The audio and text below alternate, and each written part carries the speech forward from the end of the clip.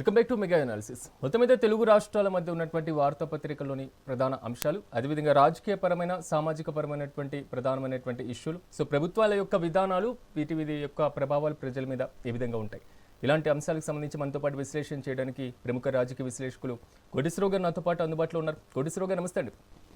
నమస్తే. కోటేశ్వరరావు గారు, ఒకసారి తెలంగాణ ఇష్యూను ఒకసారి మనం గమనించినట్లయితే, సో సీట్ నోటీసులు అనేటువంటి అంశం పరంపర నడుస్తుంది. ప్రధానంగా తెలుగు రాష్ట్రాల మధ్యనే కాదు, తెలంగాణలో కొంతవరకు ప్రకంపనలు రేపుతున్నటువంటి పరిస్థితులు కూడా కనబడుతున్నాయి. సో మాజీ మంత్రుల యొక్క విచారణ పూర్తయింది, మాజీ ముఖ్యమంత్రికి దీనికి సంబంధించి నోటీసులు ఇచ్చారు అనేటువంటి ఇష్యూ ఇక్కడ ప్రధానంగా హైలైట్ అవుతుంది. రెండు, ఈ నోటీసులకు సంబంధించినటువంటి ప్రధానమైనటువంటి విచారణ ఎక్కడ ఏర్పాటు చేయాలి? ఒకటి ఎర్రవల్లి అనేది బీఆర్ఎస్ పార్టీ దగ్గర నుంచి వస్తున్నటువంటి ఆప్షన్, కానీ నందీనగర్లో అనేది మాత్రం ప్రధానంగా సిట్ చెప్తున్నటువంటి కామెంట్స్. సో ఈ ప్లేస్ మార్పుకు సంబంధించినటువంటి అంశాలు ఏంటి? రెండు, సిట్ మాత్రం చాలా దూకుడుగా వెళ్తుంది అనుకోవాలా? ఫోన్ ట్యాపింగ్ సంబంధించి కేసీఆర్ కి నోటీసులు ఇస్తారని అందరూ ఊహించింది. అయితే దానిలో ఇలాంటి ట్విస్టులు చోటు చేసుకుంటాయని ఎవరు ఊహించలేదు. ప్రభుత్వానికి అంటే సిట్టు, అదేవిధంగా కేసీఆర్ తమదైనటువంటి శైలిలో దీన్ని రక్తి కట్టిస్తున్నారు, జనానికి ఆసక్తి రేపుతున్నారు అనేది స్పష్టం.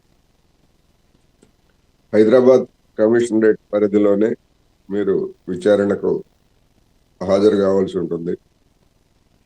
మా ఆఫీస్కి వచ్చినా సరే, లేదా ఈ పరిధిలో మీరు ఎక్కడికి రమ్మంటే అక్కడికి వస్తామని మొదటి నోటీసులో పేర్కొన్నారు.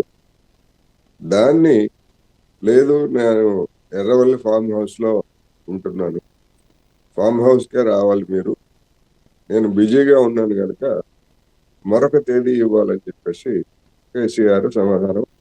దాన్ని తిరస్కరించినటువంటి సిట్టు, లేదు మీరు నందినగర్ నివాసంలోనే ఇంటి దగ్గరే మిమ్మల్ని విచారణ జరుపుతామని చెప్పేసి మరొకసారి జారీ చేసింది. మరి ఆ విచారణకు హాజరు కాకుండా, ఎట్లాగైతే నిన్న సిట్ నోటీస్ జారీ సమయంలో ఇంటికి తాళం వేసుకుని ఉన్నట్టుగానే మరి రేపు ఆదివారం కూడా అదే విధంగా తాళం వేసుకొని డిఫై చేస్తారా, లేకపోతే వస్తారా అనేటువంటిది ఒకటైతే, ఒకవేళ రాకపోయేట్లయితే తదుపరి చర్య సిట్టు ఏ విధంగా తీసుకుంటుంది అనేటువంటిది ఆసక్తి రేపుతున్నటువంటి అంశం. ఒకవైపు మున్సిపల్ ఎన్నికలు జరుగుతుండగా ఈ విధమైనటువంటి ట్విస్టులు సహజంగానే ఎన్నికలలో ఒక ప్రచారాస్త్రంగా కూడా మారేటువంటి అవకాశం ఉందనేది మనకి స్పష్టంగా కనిపిస్తుంది. రెండో ప్రధానమైనటువంటి అంశాలు కూడా, బీఆర్ఎస్ పార్టీ ప్రజాస్వామ్యం మీద దాడి జరుగుతుంది, లేకపోతే కేసీఆర్ మీద కుట్ర చేయడం మాత్రం ప్రజాస్వామ్యం మీద దాడిగానే పరిగణిస్తాం అనేటువంటి కామెంట్స్ ప్రధానంగా చేస్తుంది. తెలంగాణ యావత్తు సమాజం కూడా దీన్ని వ్యతిరేకిస్తుంది అనేది వారి దగ్గర నుంచి వస్తున్నటువంటి ప్రధానమైనటువంటి కామెంట్. ఇప్పుడు ఫోన్ ట్యాపింగ్ అనేటువంటిది నిజం, అన్అఫీషియల్ గా అనేక మంది మీద చేయించారనేటువంటిది నిజం. దానికి ప్రత్యక్ష సాక్షి కల్వకుంట్ల కవిత గారే. తాను ఒక బాధితురాలని అని చెప్పేసి చెప్పింది. మరి దానికి సంబంధించినటువంటి సంజాయిషీలు లేకపోతే అటువంటిది వివరణ ఎక్కడన్నా బీఆర్ఎస్ నాయకులు కవిత గారు చేసినటువంటి విమర్శ లేదా ఆరోపణ మీద ఎందుకని ఇంతవరకు నోరు విప్పలేదు? ఆమె చెప్పింది అవాస్తవం, అలాంటిది ఏమి లేదు అని చెప్పాలి కదా కనీసం. అలాంటిది ఏమీ లేకుండా మౌనంగా ఉన్నారంటే ఒక విధంగా చెప్పాలంటే అంగీకారమే, మేము చేశాము, అయితే మేం చేయించలేదు అధికారులు చేశారు అని చెప్పేసి వాళ్ళు చెప్తారు. అందువలన ఇది ఖచ్చితంగా ఇది వాస్తవమే. లేదు, ప్రజాస్వామ్యం అంటే ఏమిటి? ప్రజాస్వామ్యం అంటే నోటీస్ ఇవ్వకుండా అర్ధరాత్రి అపరాత్రం, లేకపోతే ఇంకా తాజా ఉదాహరణ చెప్పాలంటే అమెరికా సైన్యం వెళ్ళి వెనిజులాలో నిద్రపోతున్నటువంటి అధ్యక్షుడు మదురోని ఆయన భార్యని పట్టుకుపోయి కిడ్నాప్ చేసినట్టుగా అది ప్రజాస్వామ్యానికి విఘాతము, లేకపోతే ప్రజాస్వామ్య రహితమైనటువంటి చర్య. నోటీస్ ఇవ్వడమే ప్రజాస్వామ్య విరుద్ధము అని కనుక అనేట్లయితే దాని అర్థం ఏంటి? నోటీస్ ఇవ్వకుండానే తీసుకెళ్ళిపోండి, కేసీఆర్ని కావచ్చు, ఎవరినైనా ఏ వ్యక్తినైనా తీసుకెళ్లి విచారించండి అని చెప్పేసి చెప్పటమా దాని ఉద్దేశం? నోటీస్ ఇవ్వడానికి తప్పుపడుతున్నారంటే అందువలన మనం మాట్లాడేటువంటి మాటలకి చేసేటువంటి వ్యాఖ్యలకి ఏ విధమైనటువంటి అర్థాలు వస్తాయనేటువంటి కూడా బీఆర్ఎస్ నేతలే కాదు, ఏ పార్టీ వారైనా కాదు, ఏదైనా ఒక కేసు నమోదు చేస్తే ఇది కక్ష సాధింపు, లేకపోతే మేము ఫలానా విధంగా మేము ప్రభుత్వాన్ని విమర్శించినందుకు గాను ఇది అని చెప్పేసి చెప్తున్నారు. అందుకని ఇవన్నీ కూడా ఏంటంటే ఒక గేమ్ లో భాగం తప్ప ఒక విక్టిమ్ గా ఫోజు పెట్టడానికి చేసేటువంటి ఎత్తులు జిత్తులు అనేది చెప్పచ్చు. సో రెండో ప్రధానమైనటువంటి అంశాలు, ఒకవేళ ఈ నోటీసులకు సంబంధించి రేపు విచారణ ప్రక్రియ ప్రారంభించకపోయినా లేదా సహకరించకపోయినా వారెంట్ ఇస్తారు, అరెస్టు చేస్తారు, ఇలాంటి చర్యలకి మాత్రం సిట్ ముందుకు వెళ్ళేటువంటి అవకాశం ఉంది అనేది మాత్రం కాంగ్రెస్ పార్టీ దగ్గర నుంచి బలంగా వినిపిస్తున్నటువంటి మాత్రం, ఒకవేళ విచారణకు హాజరైన సో తదుపరి కేవలం ఒక సాక్షిగానే నిలిచేటువంటి అవకాశం దగ్గర నుంచి నిందితుడిగా పరిగణించేటువంటి అవకాశాలు కూడా లేకపోలేదు అనేది మాత్రం వారి దగ్గర నుంచి వస్తున్నటువంటి కామెంట్స్. ఇప్పుడు ఉన్నటువంటి సిచ్యువేషన్లో దీనికి సంబంధించి ఎంతవరకు పాసిబిలిటీస్ ఉన్నాయంటారు? అంటే ఇవన్నీ ఊహాగానాలే. అయితే కేసీఆర్ కనుక డిఫై చేసేట్లయితే, చట్టంలో కనుక అనుమతించేట్లయితే, ఈ స్థానిక మున్సిపల్ ఎన్నికల ముందే ఆయన్ని గనక అరెస్ట్ చేసేట్లయితే ప్రభుత్వం ఒక ఆ, పై చేయి సాధించేటువంటి అవకాశం కూడా ఉంది. చూడండి, మేము ఎటువంటి వాళ్ళని కూడా వదిలేది లేదని చెప్పేసి ఓటర్లకు కావచ్చు, లేదా బీఆర్ఎస్ పార్టీకి ఒక గట్టి సందేశం ఇవ్వడానికి కూడా అవకాశం ఉంది. అయితే అలాంటి పని చేస్తారా లేదా, ఒకవేళ చేసేట్లయితే అదేమన్నా కాంగ్రెస్ కి నష్టమా లాభమా అనేటువంటి మథనంలో కూడా పార్టీ వాళ్ళు ఉంటారు. అదే సమయంలో బీఆర్ఎస్ పార్టీ కూడా కోరుకుంటుంది ఏంటంటే అరెస్ట్ కావాలని, కేసీఆర్ ని అరెస్ట్ చేయాలని బీఆర్ఎస్ పార్టీ పైకి చెప్పకపోవచ్చు. ఎందుకు అంటే కేసీఆర్ ని అరెస్ట్ చేస్తే ఆ పేరుతోటి రాష్ట్రంలో ఆ, నిరసన కార్యక్రమాలకు దిగొచ్చు, లేకపోతే దాన్ని ఒక రాజకీయ ఆయుధంగా వాడుకోవడానికి అదే ఎదురు చూస్తా ఉంది. ఎందుకు ఈ మాట అనాల్సి వస్తా ఉందంటే, గతంలో కేటీఆర్ చెప్పాడు కదా, నన్ను అరెస్ట్ చేయండి, నేను జైలుకి వెళ్తాను, జైల్లో హాయిగా నేను యోగాలు లేకపోతే ఎక్సర్సైజ్లు చేసి బాడీని మరింతగా పెంచుకుంటాను అని చెప్పాడు కదా. అందుకని ఇప్పుడు అరెస్ట్ చేయకపోతే ఆశాభంగం పొందేది బీఆర్ఎస్ శ్రేణులలాగా కనిపిస్తా ఉంది.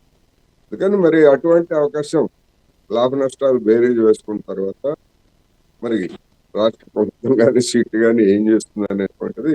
అందుకని నేను చెప్తున్నా, ఇది ఇది ఈ ప్రక్రియ అనేటువంటిది రాష్ట్రంలో ఒక ఆసక్తిని కలిగిస్తున్నటువంటి ఉదంతంగా మారుతాం. ఇప్పటికే మారింది. నోటీసులు ఇస్తారా లేదా అన్న దగ్గర నుంచి, ఇచ్చిన తర్వాత ఏమిటి, తర్వాత డిఫై చేస్తే ఏమిటి, ఇవన్నీ కూడా ఒక సీరియల్ లాగా రాబోయేటువంటి కొద్ది రోజుల్లో వస్తాయి. అందుకని ఖచ్చితంగా ఏదో ఒక సంచలనాత్మకమైనటువంటి అంశాలు లేకపోతే దీనికి సంబంధించినటువంటి విచారణ ప్రక్రియ ప్రారంభం సాగుతున్నటువంటి నేపథ్యంలో ఉన్నాయి. సో చాలా వరకు సానుభూతి వస్తుందా, అసలు వచ్చేటువంటి ఎన్నికల మీద దీని ప్రభావం పడుతుందా అనేటువంటి క్వశ్చన్స్ కన్నా వచ్చేటువంటి మున్సిపల్ ఎన్నికల్లో డైవర్షన్ పాలిటిక్స్ ఉంటాయా లేదా అనేటువంటి క్వశ్చన్స్ రైజ్ అవుతున్నాయి. ఇలాంటి సందర్భంలో ఉంటే బీఆర్ఎస్ పార్టీకి మున్సిపల్ ఎన్నికల వేళ ఇలాంటి నోటీసులు విచారణ ఎదురు దెబ్బ అనుకోవాలా లేదా కొంతవరకు సానుకూల పరిస్థితులు అనుకోవాలా? ఇది ఏమి ఎదురు దెబ్బని లేదా సానుకూలం అని అట్లా అనుకోవడానికి లేదు. ఎందుకంటే ఇది ఎప్పటి నుంచో జనం ఆలోచనలో మెదడులో ఉన్నటువంటి అంశం. ఎప్పుడైనా నోటీసులు ఇస్తారు, పిలుస్తారు అని. అందుకని జనం కూడా మానసికంగా ఇట్లాంటి పరిణామాలకి సిద్ధపడిపోయారు. ఈ సిద్ధపడిపోయినప్పుడు మామూలు సాధారణంగా ఏంటంటే రోజువారీ కార్యక్రమంలో భాగంగానే తీసుకుంటారు. గతంలో చూసాం మనం, ఆ కాళేశ్వరం కమిషన్ విచారణ సందర్భంగా కూడా బీఆర్ఎస్ నేతలు ఎంత హడావుడి చేశారో, లేదా కేసీఆర్ దాన్ని ఒక షో, ఒక ప్రదర్శన లాగా ఏ విధంగా మలుచుకున్నారో దాన్ని చూసాం. మరి అప్పుడు ఏమీ కాలేదు కదా. అందుకని ఇప్పుడు కూడా జనం సాధారణంగానే తీసుకుంటారు తప్ప, దీన్ని బట్టి కేసీఆర్ కి నోటీసులు ఇచ్చారు కనుక ఏదో బీఆర్ఎస్ కి సానుభూతి, కడవల కొద్ది సానుభూతి కుమ్మరిస్తారు అని అనుకోవడానికి అటువంటి పరిస్థితి ఏమీ లేదు. ఎందుకంటే కవిత గారే బాధితురాలు అని చెప్తా ఉంది. రెండోది అందరికీ తెలిసినటువంటి సత్యం. అనేక మంది కుటుంబాలకి లేదా అనేక కుటుంబాల్లో ఈ ఫోన్ ట్యాపింగ్ అనేటువంటి చిచ్చు రేపింది, చేశారు అని, ఎవరు చెయ్యలేదు అని ఎవరైనా జనం అనుకుంటే ఇది సంచలనం. కానీ జనం అందరూ అనుకుంటుందే కదా. అనుకుంటున్నప్పుడు మరి చేసిన తర్వాత నోటీస్ ఇవ్వకుండా ఎలా ఉంటారు అనేటువంటి రెండో పాయింట్ కూడా వెంటనే వస్తుంది. అందుకని జనం అలవాటు పడ్డారు. దీంతో ఏదో బీఆర్ఎస్ పార్టీ నాయకులు అనుకున్నట్టుగా నోటీస్ ఇచ్చినా అరెస్ట్ చేసినా ఏదో అల్లకల్లోలం అవుతుంది అనేటువంటి భ్రమల్లో వాళ్ళు ఉన్నట్టున్నారు. అటువంటి సిచ్యువేషన్ ఏమీ ఉండదు అనేది మాత్రం నేను చెప్తాను. రెండోది ఇరు రాష్ట్రాలకు సంబంధించినటువంటి మరో అంశం, మరి ముఖ్యంగా చెప్పుకోవాలంటే వాటర్ పాలిటిక్స్కి సంబంధించి మరో కీలకమైనటువంటి అంశమే కనబడుతుందని చెప్పుకోవాలి. ఎందుకంటే పోలవరం నల్లమల్ల సాగర్కి సంబంధించినటువంటి ప్రధానమైనటువంటి అంశం. సో వచ్చేటువంటి ఏదైతే సిడబ్ల్యూసి మీటింగ్ జరుగుతుందో, సో దీంట్లో ఆంధ్రప్రదేశ్ నుంచి వచ్చేటువంటి ప్రతిపాదనలు మీరు పరిగణించవద్దు, అసలు అది ఎజెండాలోనే ఉండకూడదు అనేది ప్రధానంగా తెలంగాణ వినిపిస్తున్నటువంటి వాదన. సో ఇది ఒక ప్రధానమైనటువంటి సమస్యగా మారినప్పుడు సో కూర్చొని భేటీలో డిస్కషన్ చేసి దీనికి సంబంధించి వ్యతిరేకించేటువంటి ధోరణితో ముందుకు వెళ్ళడం, ఇలాంటి చర్యల కన్నా అసలు ఎజెండాలోనే లేకుండా చేయాలి అనేటువంటి తెలంగాణ వాదనలో ఎంతవరకు వాస్తవం ఉందంటారు? సో దీన్ని ఎలా చూడాలంటారు? ఇప్పుడు కేంద్ర ప్రభుత్వం వేసినటువంటి ఈ కమిటీ రెండు రాష్ట్రాల మధ్య లేదా రెండు నదులకు సంబంధించి మిగిలినటువంటి రాష్ట్రాలతో సహా వీటన్నింటి మధ్య ఉన్నటువంటి వివాదాలని పరిష్కరించేది కాదు అనేటువంటిది మనం గమనించాలి. కమిటీ ఉద్దేశం ఏమిటి?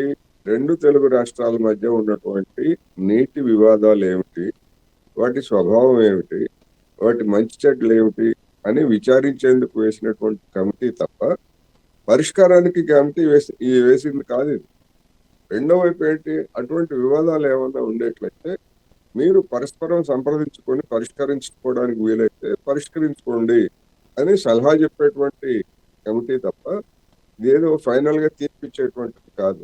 అందువల్ల ఇలాంటి సమావేశాలు ఎన్ని జరిగినా బయట రాజకీయం చేసుకోవడం తప్ప పార్టీలు తెలంగాణలో కావచ్చు, ఆంధ్రప్రదేశ్లో కావచ్చు, లేదా అధికారంలో ఉన్నటువంటి పార్టీలు కావచ్చు, ప్రతిపక్షంలో ఉన్నటువంటి పార్టీలు కావచ్చు, రాజకీయ ప్రచారానికి దీన్ని వినియోగించుకోవడం తప్ప ఇలాంటి కమిటీల ద్వారా, ఇలాంటి భేటీల ద్వారా జరిగేదేమీ లేదు అనేది స్పష్టం. ఇప్పుడు నల్లమల్ల సాగర్ని అసలు ఎజెండాలోనే పెట్టకూడదు అని చెప్పేసి రాష్ట్ర ప్రభుత్వం చెప్పింది అనేటువంటిది వార్తలు.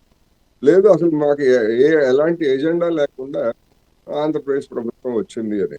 మరి ఇక్కడ ఉన్నటువంటి హరీష్ రావు గారు ఏం చెప్తున్నారు? నిన్న నల్లమల్ల సాగర్కి అన్ని అనుమతులు వచ్చేసాయి, వాళ్ళు టెండర్లు కూడా పిలిచారని చెప్పేసి ఆయన ఒక విపరీతమైనటువంటి వ్యాఖ్యానం ఆయన చేస్తున్నారు. మరి ఇవన్నీ ఎందుకని ఇవంతా కూడా రాజకీయ పరమైనటువంటి రగడకి, రాజకీయ రచ్చకి, మాటల కాలుష్యానికి దారి తీసేటువంటి పరిణామాలుగానే ఇవి కనిపిస్తాయి. ఆల్రెడీ పోలవరం ప్రాజెక్ట్కి సంబంధించినటువంటి ఇష్యూనే అక్కడ నడుస్తున్నప్పుడు 7 మండలాల విలీనానికి సంబంధించి అవే వెనక్కి ఇవ్వాలి అనేటువంటి వాదన కూడా బలంగా ఒక సందర్భంలో కనబడినటువంటి నేపథ్యంలో సో తెలంగాణతో పాటుగా ఎగువ రాష్ట్రాలు వ్యతిరేకించేటువంటి ఈ ప్రాజెక్టు మీద కేంద్ర ప్రభుత్వం పూర్తి స్థాయిలో అనుమతులు ఇచ్చేటువంటి అంత సాహసం చేసేటువంటి అంశాన్ని పరిగణలోకి తీసుకునేటువంటి అవకాశం ఉందంటారు? కేంద్ర ప్రభుత్వం జలవనరుల శాఖ అనుమతి ఇవ్వాలి అంటే ఈ నదీ జలాలకు సంబంధించి ట్రిబ్యునల్స్ ఇచ్చినటువంటి అవార్డులు, ఆ అవార్డుల్లో ఉన్నటువంటి ప్రాజెక్టులు ఏవైతే ఉన్నాయో వాటికి సంబంధించి మాత్రమే మన అనుమతులు ఇస్తుంది తప్ప కొత్త ప్రాజెక్టుల్ని ప్రతిపాదిస్తే వాటికి ట్రిబ్యునల్స్ లో కేటాయింపులు లేకపోయేట్లయితే, లేదా ఆల్రెడీ ఉన్నటువంటి ప్రాజెక్టులు అంటే ఉదాహరణకు 2 తెలుగు రాష్ట్రాల్లో విభజనకు ముందు కొన్ని ప్రాజెక్టులను ప్రతిపాదించారు. అటువంటి ప్రాజెక్టులకి నీటి కేటాయింపులు ఉన్నట్లయితే అలాంటి వాటికి మీరు డిపిఆర్లు సమర్పించండి, ఆ డిపిఆర్ సక్రమంగా ఉంటే మేము అనుమతిస్తామని చెప్పేసి కేంద్ర ప్రభుత్వం చెప్తా ఉంది. ఇప్పుడు మన మహబూబ్ నగర్ ఇది ఉంది కదా, ఈ ప్రాజెక్టుకు సంబంధించి గతంలో బిఆర్ఎస్ ప్రభుత్వం సమర్పించినటువంటి డిపిఆర్ అది చెల్లదు అని చెప్పేసి చెప్పింది. ఎందుకు చెప్పిందంటే సోర్స్ ను మార్చింది ఒకటి, రెండవది 90 టీఎంసీల తోటి ప్రతిపాదించింది. 90 టీఎంసీలు ఎక్కడి నుంచి తీసుకొస్తారంటే బిఆర్ఎస్ ప్రభుత్వం దగ్గర సమాధానం. అందుకని దాన్ని 45 టీఎంసీలు కృష్ణా నుంచి వచ్చేటువంటి ఆంధ్రప్రదేశ్ నుంచి వచ్చేటువంటి వాటాను చూపించి మేము చేస్తామని చెప్పేసి చెప్తా ఉంది పాలమూరు ఎత్తిపోతల రంగారెడ్డి పథకాన్ని. అందుకని ఇటువంటివి ఉంటే తప్ప కొత్తగా ప్రాజెక్టులకి అనుమతి ఇచ్చేటువంటి అధికారం కేంద్ర ప్రభుత్వానికి లేదు అనేది కూడా మనం గమనించాలి. ఇంకా చెప్తున్నటువంటి వాటా ఏదైతే నీటి కేటాయింపులకు సంబంధించి పునఃపరిశీలన చేయాలి. సో ట్రిబ్యునల్ ఇచ్చినటువంటి అవార్డులను మళ్ళీ మార్చాలి. తెలంగాణ విభజన జరిగిన తర్వాత తెలంగాణ కోసం ప్రత్యేకమైనటువంటి కేటాయింపులు చేయాలి అనేటువంటి అంశం. సో రాష్ట్ర విభజన జరిగి ఆల్మోస్ట్ 10 ఏళ్ళు దాటినటువంటి నేపథ్యంలో ఇలాంటి చర్యలు తీసుకోవాల్సినటువంటి అవసరం ఉందంటారా లేదంటారా? అవసరం ఉందా లేదా అంటే అనే దానికంటే అలాంటి పునర్విభజనకి ఇప్పుడున్నటువంటి మన ఉనికిలో ఉన్నటువంటి చట్టాలు ఏ మేరకు అనుమతిస్తున్నాయి అనేటువంటి దాన్ని మనం పరిశీలించాలి. అలా కాకుండా కొత్త కొత్త డిమాండ్లను తీసుకొస్తే రాష్ట్రం విడిపోయినప్పుడు లేకపోతే మరొక కారణంతోనూ అలా కనుక చేసేట్లయితే ఏ ప్రాజెక్టు కూడా ముందుకు పోయేటువంటి పరిస్థితి ఉండదు.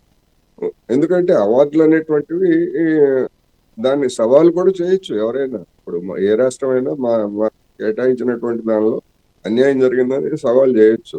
కానీ మా రాష్ట్రం విడిపోయింది కనుక మా రాష్ట్రం విడిపోయిన తర్వాత ఇటువంటి గతంలో ఉన్నటువంటి వాటిని మార్చాలి అంటే కొన్ని నిబంధనలు కొన్ని చట్టాలు ఆటంకంగా మారుతాయి. ఉదాహరణకు గతంలో ఉమ్మడి ఆంధ్రప్రదేశ్ లో నిర్మించినటువంటి ప్రాజెక్టుకి అటు తెలంగాణలో అయినా ఇటు ఆంధ్రప్రదేశ్ లో అయినా కానీ మొదటి ప్రాధాన్యత వేటికి ఇస్తారంటే ఉనికిలో ఉన్నటువంటి ప్రాజెక్టులకు ఇస్తారు.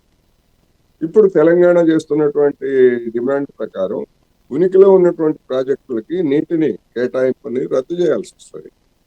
అట్లా రద్దు చేసేటువంటి అధికారం ట్రిబ్యునల్స్ కానీ లేకపోతే ఇంకో దానికి కానీ ఉందా అంటే అటువంటి అవకాశం లేదు. ఎందుకంటే ముందు నిర్మించినటువంటి ప్రాజెక్టులకి మొదట కేటాయింపు, ఆ తరువాతే ఇప్పుడు మిగులు జలాల్లో కావచ్చు వరద జలాల్లో కావచ్చు వీళ్ళు లేవనెత్తుతున్నటువంటి సమభాగం న్యాయమైన వాటా అనేటువంటి దాన్ని కాంపెన్సేట్ చేయడానికి అవకాశం ఉంటే ట్రిబ్యునల్స్ ఖచ్చితంగా పరిశీలిస్తాయి. అలా కాకుండా గతంలో నిర్మించినటువంటి వాటిని మూసేసి మాకు కొత్తగా తెరవాలి అంటే ఏ ట్రిబ్యునల్ కానీ ఏ చట్టం కానీ అంగీకరించదు. ఇది ఒక మన దేశమే కాదు, అంతర్జాతీయంగా ఉన్నటువంటి నిబంధనలు ఇవి. ఈ నిబంధనలకు విరుద్ధమైనటువంటి వాదనలు చేసేటువంటి వాళ్ళు విజయం సాధించినటువంటి ఉదంతం ఎక్కడా లేదు, తెలంగాణలో కూడా ఉండదు అనేటువంటిది మనం గమనించాలి. కీలకమైనటువంటి పాత్ర పోషించేటువంటి అవకాశం ఉన్న నేపథ్యంలో తెలంగాణ నేతల దగ్గర నుంచి బలంగా వినబడుతున్నటువంటి వాదన కూటమిలో తెలుగుదేశం పార్టీ అధికారంలో ఉంది కాబట్టి సో ఆల్మోస్ట్ కేంద్ర ప్రభుత్వం నుంచి అన్ని పర్మిషన్స్ వస్తాయి అనేటువంటి అంశం. మరి ఇలాంటి సందర్భంలో రాజకీయపరమైనటువంటి నిర్ణయాలకు ఎంతవరకు పాసిబిలిటీ ఉందంటారు? ఒకవేళ కూటమిలో చంద్రబాబు నాయుడు ఉండటం లేదా చంద్రబాబు నాయుడు పార్టీ బలం మీద నరేంద్ర మోడీ సర్కారు కొనసాగటం ఇది ఒక వాస్తవం. ఈ వాస్తవానికి అనుగుణంగా ఒకవేళ ఆంధ్రప్రదేశ్ కి అనుకూలంగా నిబంధనలను పక్కన పెట్టి కేంద్ర ప్రభుత్వం కనుక అనుమతులు ఇచ్చినా లేకపోతే మరొకటి చేసినా గానీ తెలంగాణలో ఉన్నటువంటి బీజేపీ ఆఫీస్ కి వాళ్ళు స్వయంగా వాళ్ళే తాళాలు వేసుకోవాల్సి వస్తుంది. ఎందుకంటే తెలంగాణకి అన్యాయం చేసేట్లయితే బీజేపీ ఇక్కడ ఉన్నటువంటి బీజేపీ నాయకులు ఆఫీస్ వైపు కూడా చూసేటువంటి అవకాశం ఉండదు. జనం ఊరుకోరు కదా. అందుకని ఇక్కడేమో ఒకవైపు ఏమో మేము అధికారానికి రావాలి వస్తామని చెప్పేసి చెప్పుకుంటున్నటువంటి పార్టీ మరి కేంద్రంలో ఉన్నటువంటి ప్రభుత్వాన్ని నిలబెట్టుకోవడానికి రాష్ట్రానికి అన్యాయం చేస్తుందా? చేసేట్లయితే దాని రాజకీయ భవిష్యత్తు జీరో. ఖచ్చితంగా చెప్తున్నాను నేను. అటువంటి అన్యాయం కనుక చేస్తే కేంద్ర ప్రభుత్వం తెలంగాణలో బీజేపీ దుకాణం మూసుకోవాల్సిందే. ఆ నాయకులు ఇప్పుడు మాదిరి జనంలో తిరిగేటువంటి అవకాశం కూడా ఉండదు. ఎందుకంటే సెంటిమెంట్ అలా ఉన్నది కనుక ఇటువంటి వ్యాఖ్యలు చేయాల్సి వస్తాం. మంత్రులు భేటీ అయినటువంటి సందర్భంలో కూడా ఇది కేవలం అపెక్స్ మీటింగ్ కాదు, సో ఇరు రాష్ట్రాలకు సంబంధించినటువంటి కేవలం సాధారణమైనటువంటి సమావేశం అన్నారు. సో ఎజెండాలో లేదు అనేటువంటి వాదన తెలంగాణ నుంచి వినబడినప్పుడు సో దీనికి సంబంధించి ఒక కమిటీని ఏర్పాటు చేయబోతున్నాం, ఇరు రాష్ట్రాలు సమన్వయంతో ముందుకు వెళ్తున్నామని ఆంధ్రప్రదేశ్ దగ్గర నుంచి వచ్చినటువంటి వాదన, అక్కడే భిన్నమైనటువంటి అంశాలు వచ్చినటువంటి నేపథ్యంలో ఈసారి తెలంగాణ ప్రభుత్వం జాగ్రత్త పడింది అనుకోవాలి. అసలు ఎజెండాలోనే వద్దు అనేటువంటి కాన్సెప్ట్ వెళ్తుంది కాబట్టి ఇప్పుడు ఎవరి ఎజెండా ఎవరి ఎత్తుగడలు వాళ్ళకు ఉన్నాయి. దానిలో భాగంగానే తెలంగాణ ప్రభుత్వం కొన్ని అంశాలని ఎజెండాలో పెట్టడానికి వీల్లేదు అని చెప్పేసి అభ్యంతరం చెప్తా ఉంది. ఆంధ్రప్రదేశ్ కూడా అటువంటి ఎత్తుగడే ఖచ్చితంగా ఉంటుంది. ఇప్పుడు కొన్ని అంశాలను ఎజెండాలో పెట్టేట్లయితే అది వివాదానికి మరింతగా వివాదానికి దారితీసేటువంటి అవకాశం ఉంది కనుక ఇప్పుడు ఎలాంటి అంశాలను ఎజెండాలో పెట్టకుండా ఆంధ్రప్రదేశ్ ప్రభుత్వం ఈ సమావేశానికి వచ్చింది. అందుకని ఎవరి ఎత్తుగడలు వాడివి. ఇప్పుడు అక్కడ ఉన్నటువంటి వాళ్ళు కూడా ఇప్పుడు అక్కడ ఉన్నటువంటి ప్రభుత్వానికి వచ్చేటువంటి సమస్య ఏంటి? రాయలసీమ లిఫ్ట్ ఇరిగేషన్ స్కీమ్ సంగతి ఆ, జగన్మోహన్ రెడ్డి గారు కావచ్చు, లేదా అక్కడ ఉన్నటువంటి ఇతర నాయకులు సంస్థలు కూడా డిమాండ్ చేస్తున్నాయి. ఏమిటి మీ వైఖరి ఏమిటి? రాయలసీమ ఎత్తిపోత జగన్మోహన్ రెడ్డి గారి హయాంలో ఆగిపోయింది. ఆగిపోయినటువంటి దాన్ని మీరు కొనసాగిస్తారా లేదా? లేదా కోర్టులో ఉన్నటువంటి ఆ స్టేని మీరు వెకేట్ చేయిస్తారా లేదా అనేటువంటి సమస్య అక్కడ ఉంది కదా చంద్రబాబు నాయుడుకి. ఇంతవరకు చంద్రబాబు నాయుడు గారు దాని మీద ఎక్కడా బహిరంగంగా ఒక ప్రకటన కూడా చేయలేదు. అందుకని ఎవరికి ఉండేటువంటి సమస్యలు వాళ్ళకు ఉన్నాయి. ఎవరికి ఉండేటువంటి మనోభావాలను ముందుకు తీసుకురావడానికి అక్కడ ప్రతిపక్షము ఇక్కడ ప్రతిపక్షము సిద్ధంగా ఉన్నాయి. ఈ నేపథ్యంలో జరుగుతున్నటువంటి ఈ సమావేశాలు వీటికేమి చట్టబద్ధత కానీ లేకపోతే ఇది కంపల్సరీగా మీరు రావాలి, ఈ పలానా ఎజెండాతో రావాలి, ఆ విధమైనటువంటి నిబంధనలు ఏమి దీనికి ఉండవు. ఎందుకంటే దీనికి పరిష్కరించేటువంటి అధికారమే లేదు. లేనప్పుడు ఒక విధంగా చెప్పాలంటే కాఫీ క్లబ్ లాంటిది, రండి మనం మాట్లాడుకుందాం అన్నట్టు ఉండేటువంటి సమావేశాలు తప్ప మీరు రాకపోతే మీకు నోటీసులు ఇస్తాము అనేటువంటి సమావేశం కాదు. అందుకని దీనికి ఉండేటువంటి పరిమితులను కూడా మనం పరిగణలోకి తీసుకోవాలి. నూతన ట్రిబ్యునల్స్ ఏర్పాటుకు సంబంధించినటువంటి ప్రధానమైన ప్రామాణికాలు ఏ విధంగా ఉంటాయి? సో ఒకవేళ ఏర్పాటు చేస్తే ఇరు రాష్ట్రాలకు మధ్యకి సంబంధించినటువంటి కేటాయింపు జరుగుతుంది కదా అనేటువంటి ఒక చిరు వాదన ఒకవేళ తెర మీదకి వస్తే ఎంతవరకు సాధ్యమంటారు? ఎవరు కీలకమైనటువంటి పాత్ర పోషించాలి? ఇప్పుడు బ్రిజేష్ కుమార్ ట్రిబ్యునల్ తీర్పును చూసిన తర్వాత భవిష్యత్తులో ఏమైనా మళ్ళా కొత్త ట్రిబ్యునల్స్ వేయాల్సి వస్తే దానికి ఒక నిర్ణీత కాల వ్యవధిని నిర్ణయించాల్సినటువంటి అవసరం మనకి స్పష్టంగా కనిపిస్తా ఉంది. లేకపోతే ఏంటి, ఇది బ్రిజేష్ కుమార్ ట్రిబ్యునల్ 2004లో ఏర్పాటు చేశారు. ఇది 2026, 22 సంవత్సరాలు గడిచిపోయింది. ఆ బ్రిజేష్ కుమార్ గారికి కూడా వయసు 85 సంవత్సరాలు దాటాయని చెప్పేసి చెప్తున్నారు. మరి ఆయన రోజువారీ ఈ ట్రిబ్యునల్ కి సంబంధించినటువంటి కార్యకలాపాలు నిర్వహించేటువంటి భౌతికమైనటువంటి ఆరోగ్య స్థితిలో ఉన్నారా లేదా అనేటువంటి సమస్యలు కూడా తలెత్తాయి. అందుకని ఒక నిర్దిష్టమైనటువంటి కాల వ్యవధిలో మీరు నివేదిక ఇవ్వాలి అనేటువంటిది చేస్తే తప్ప ఈ విధంగా దశాబ్దాల తరబడి తేల్చకుండా ఉండేట్లయితే ట్రిబ్యునల్స్ మీద జనానికి కూడా విశ్వాసం పోతుంది. ఏదో రాజకీయం జరుగుతూ ఉంది అనేటువంటి అభిప్రాయం కనుక ఏర్పడింది అనుకోండి, ఏమవుతుంది?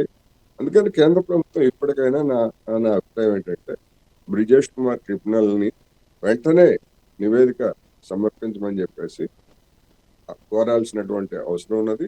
ఒకవేళ బ్రిజేష్ కుమార్ గారికి వయసు రీత్యా అటువంటి పని నేను చేయలేను అనేట్లయితే ఇప్పటి వరకు బ్రిజేష్ కుమార్ ట్రిబ్యునల్ సాగించినటువంటి కృషిని కొనసాగింపుగా మరొకరిని ఆ స్థానంలో నియమించి లేదా ఆయనకు సహాయంగా మరొకరిని నియమించి అవార్డును త్వరగా వచ్చే విధంగా చేయాల్సినటువంటి బాధ్యత మాత్రం కేంద్ర ప్రభుత్వానికి. అలా కాకుండా రెండు తెలుగు రాష్ట్రాలు కొట్టుకొని వండి చూద్దాం, మనకి ఇందులో అటైనా ఇటైనా మనకు నష్టమే, మనకు ప్రత్యేకంగా వచ్చేది ఏమీ లేదు అని చెప్పేసి రాజకీయ వైఖరితో కనుక బీజేపీ కేంద్ర ప్రభుత్వం ఆలోచించేట్లయితే అది రెండు తెలుగు రాష్ట్రాలకి అన్యాయం చేసినటువంటి పార్టీగా చరిత్రలో మిగిలిపోతుంది. ఎందుకంటే కేంద్ర ప్రభుత్వం కీలకమైనటువంటి పాత్ర పోషించడమే కాదు, దేశవ్యాప్తంగా ఉన్నటువంటి జల వివాదాలకు సంబంధించి కూడా పులి స్టాప్ పడాల్సినటువంటి అవసరం ఖచ్చితంగా ఉంటుంది. మాతో పాటు పార్టిసిపేట్ చేసినందుకు మీకు కూడా ప్రత్యేకమైనటువంటి కృతజ్ఞతలు. మొత్తం మీద తెలుగు రాష్ట్రాల్లో ఉన్నటువంటి వార్తాపత్రికలోని ప్రధాన అంశాలు ఇవి. సో ఇది వాళ్ళ మెగా అనాలిసిస్. రేపటి అనాలిసిస్లో మళ్ళీ కలుద్దాం. చూస్తూనే ఉండండి మెగా 9 టీవీ.